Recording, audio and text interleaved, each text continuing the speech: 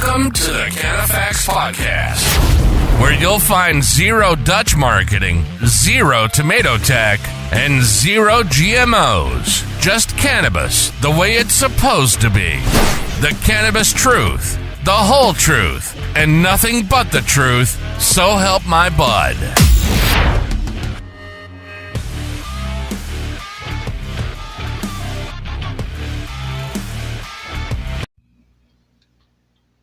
Good morning, everyone. Osmo here. Been a while since I've done a podcast. Kind of been busy. Lots of things going on over here.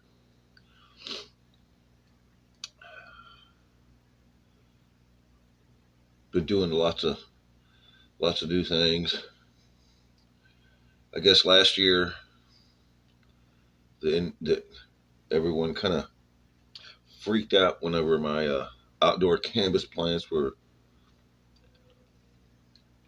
budding in mid-July. Well, this year, I got foot buds in June.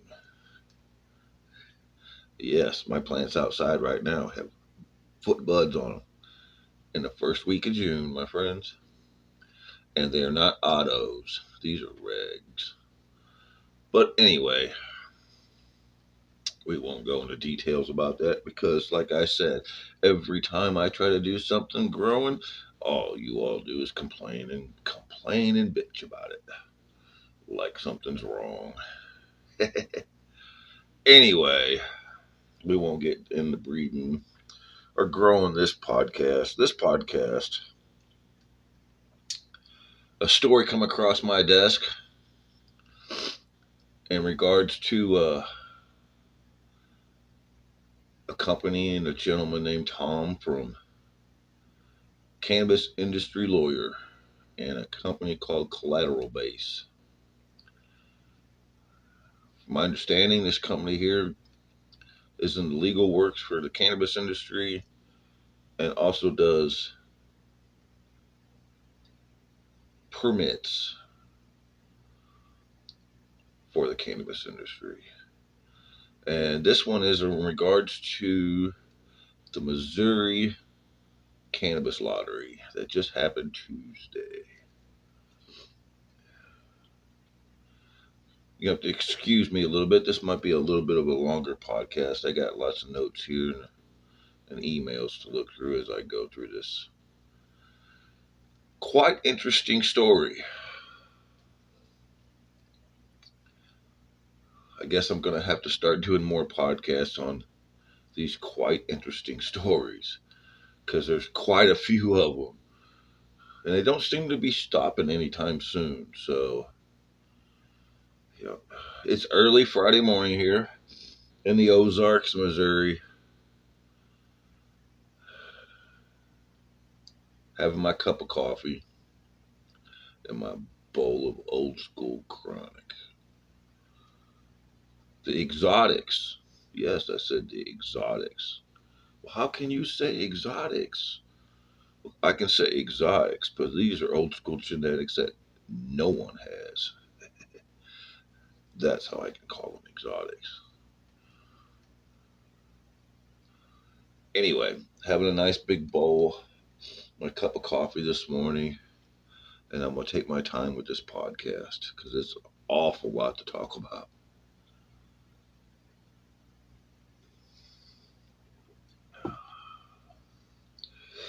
Well, this Tom from Cannabis Industry Lawyer and a company called Collateral Base. The way it looks here, the client hires this company to submit a grow permit for the state of Missouri for the micro business and the cannabis lottery that happened Tuesday. From my understanding, this client already had a grow facility, a location, let's see here, a LLC, pretty much everything needed for the submission of the application as a grow, or what you would say, Missouri would say, wholesale permit. So this client looks like here goes and applies for the permit through the company. The company takes the information,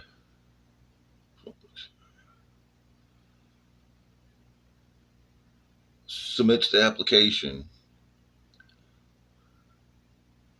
but instead of submitting it as a grow application, the attorney, Tom, decides to change it from the grow application to a dispensary and submit it as a dispensary instead of the grow. Even though the client wanted to apply for the grow application.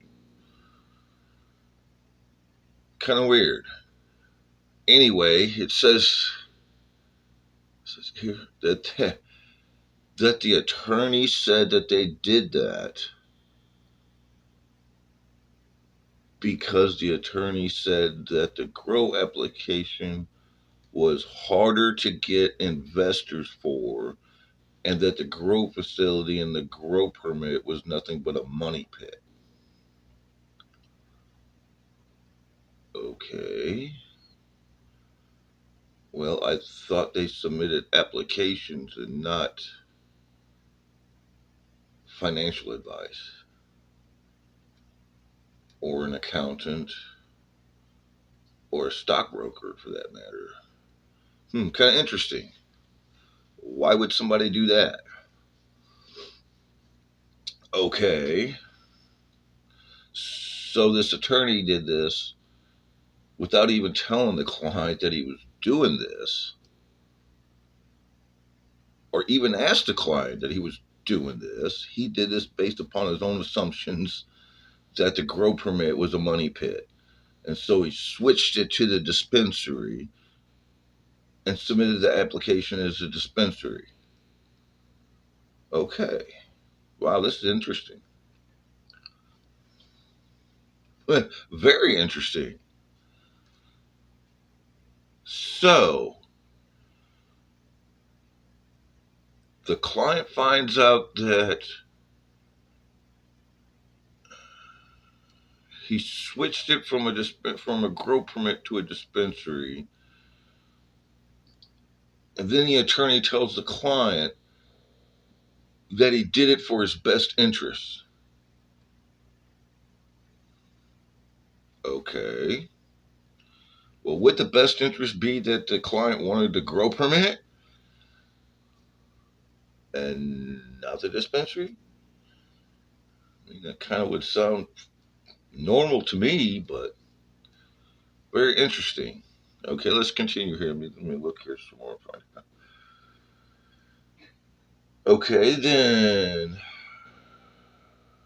at this point, I guess it would be futile to do anything because the application's already submitted as a dispensary, regardless of what the client wanted. Okay. And so, really, there's nothing more to do about that other than you did that for your best interest. Okay. All right. So it looks like here that once the client found out that the application was submitted as a dispensary, it's looking like here that the client lived in District 7. Okay. And the dispensary was applied for in District 2. Okay. Well, it also states on the Missouri website that if you're not in the correct district, then that's automatic permit denial. Okay. That doesn't make no sense. So you're telling me, what? Okay. So the dispensary permit was put in District 2, which you live in District 7. So that totally makes the whole permit invalid from the day it was submitted. Interesting. And then it's just said the client, when the client found out about this, the attorney told the client that it didn't matter and there was nothing he can do about it, the client could do about it, because he was submitted to the lottery. So it's saying here that the attorney told the client that it didn't matter how or anything that happened, but he was in the lottery, or she, whatever. The client was in the lottery, and just being in the lottery, the attorney was good. He'd done his job. And then the client was told it's too bad that the client got mad about the whole process, and the attorney told the client it was too bad just because he lost in the lottery, because he didn't win. Well, of course you didn't win. At that point, he wasn't gonna win. There was no win. The whole permit was invalid from the day you submitted it. Okay, this is interesting. You know what? This cannabis industry is a clown show, folks. This is crazy. Oh my goodness gracious. I guess I'm going to have to start doing podcasts on this stuff on a daily basis, because this is very interesting. So, kind of something. Oh my, let's start here from the beginning. The client wants to grow permit, has his own location, has his own grow facility, already built, and already approved by the state of Missouri. Okay, so everything is good. So that attorney, all he had to do was just submit that client's information and send it in as an application for the permit. And that was it. There was nothing more to do. But yet the attorney said that you're going to switch from a grow permit to a dispensary because it was harder to get investors for a grow permit, and that a grow permit was nothing but a money pit.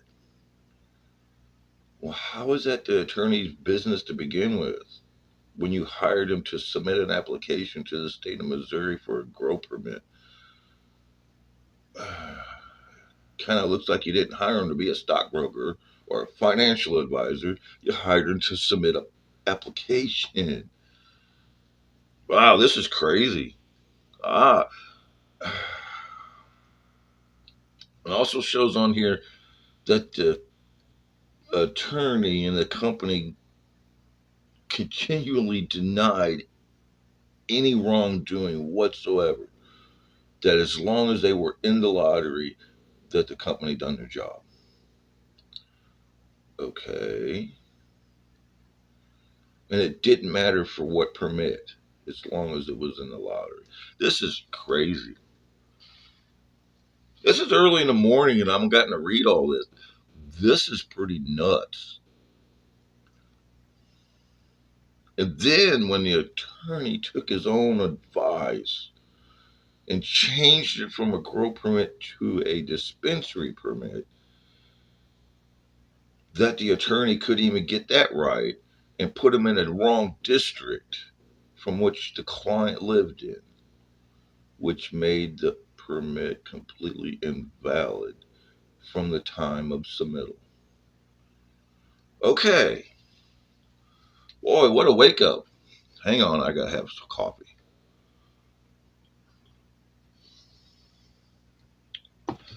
This is pretty crazy, folks. I think I need another bowl over here, because yeah. Wouldn't you think, as a business person? I mean, I've been in big tech for over 20 years. Big tech. big projects. I was project manager. I was done all kinds of different roles. But in my experience in big tech, in business, working for almost every Fortune 500 company on planet Earth, that when you or one of your members of your team makes an error on the project or for a client, you don't tell the client, too bad, that's what you get. You fix the problem and rectify the issues, take responsibility for the errors, and do whatever is needed to make the client happy. That's kind of my experience on how to do business. I mean, I would never, ever sit there and tell a client, well, that's what you get, good luck. Very interesting, folks. Kind of shows a little bit of business immaturity there. But very interesting. I'm going to have to rehash this a couple times here. So you hired an attorney with a company that submits business applications for the state of Missouri, or for any state for that matter, because this Tom from Cannabis Industry Lawyers in Chicago, and the business he's working with, or his company, I don't know if it's his company but it looks like it is, collateral base out of Nevada or Arizona. I think it is Arizona, yeah. Anyway, wow. That they would take your submitted application and then change it to whatever they decide fits your best interest. Switch it from one to another. And then when they did switch it from one to another, they didn't even do it correctly. And then to proceed to tell the client that it was too bad, good luck, because you were just in the lottery and you lost and you're not happy. Well, you weren't going to win anything. There wasn't nothing to win when it wasn't done correctly from the start. Very interesting. I do have to say, that's very interesting, folks. And this is your cannabis industry. Now, I did before the podcast contact Tom from Cannabis Industry Lawyer and asked him if he'd like to be on the podcast to make an appearance and discuss this topic, which he declined. I didn't think he would. Should have came on the podcast. Maybe he could explain why blatantly screwing over clients is his policy. But there again, I don't know. I'm not in that kind of business of doing that to people. So, very interesting, very interesting. Good luck to the winners out there in the Missouri lottery that did win this year. And unfortunately, I'm sorry for the client that had to go through this. I'm also getting other news from other people. I'm sure there's other stories out there from other people in the state of Missouri using this company here. I'm sure that this client's not the only one. So if you are listening to this podcast and have had issues or know someone with issues, osmolabs@gmail.com. I'll talk about it for you. We'll see how many more pops up in the next weeks or so. Very interesting, I must say. Well,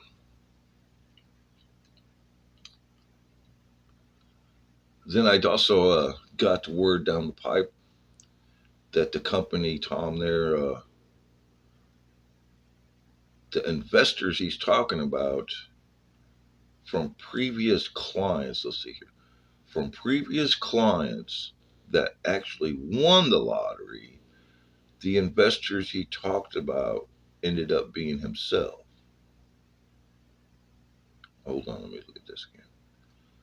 So it's just saying that his client that he submitted an application for won the lottery, and then that attorney became the investor. Kind of got a little thing going on there. I see. To keep somebody else from investing, and then he told this client that it was hard to get investors and it was a money pit. Well, in the cannabis industry, friend, it's not hard to get investors for anything. So I don't see that being an issue, but this client didn't need investors. Already had the facility, already had the grow location, already had everything. Why would they want an investor? Why would they want financial advice? Anyway, wow, what a wake up on a Friday morning this is. I'm going to call it short on this one. It's 21 minutes now into a podcast. I think this is my longest podcast. This should be a 4-hour show, but oh my goodness gracious. Good morning, America. Welcome to the cannabis industry. Come do business with anyone in it and see what you get. Hubba, hubba. What's next? What you gonna look out for? Hey, you're gonna look out for everything in this business. Because you would never see things like this in the tech industry, only in the cannabis industry, folks. It is the most clown showish thing I've ever seen. I guess I'm gonna start doing podcasts on issues like this on a daily basis, I guess, because there's an awful lot of them, and I don't even go looking for them. Well, I guess there you go. On the cannabis industry permits in the state of Missouri. You better watch out who you go through. You better do it yourself, I guess. You know what they say. If you want it done right, you got to do it yourself. Because I wouldn't trust nobody.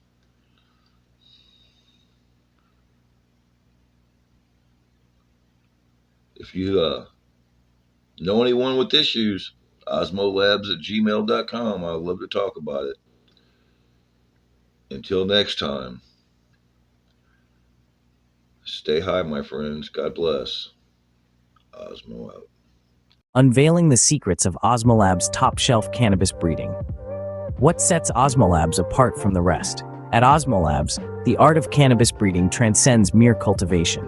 The meticulous process is akin to a symphony, with each strain curated to perfection, embodying the pinnacle of quality and innovation.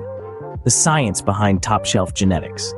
Osmolabs leverages cutting-edge old-school genetic research to concoct their signature strains. Through a blend of old-school breeding techniques and technology, they unlock the hidden potential of each cultivar, resulting in unparalleled potency and flavor profiles.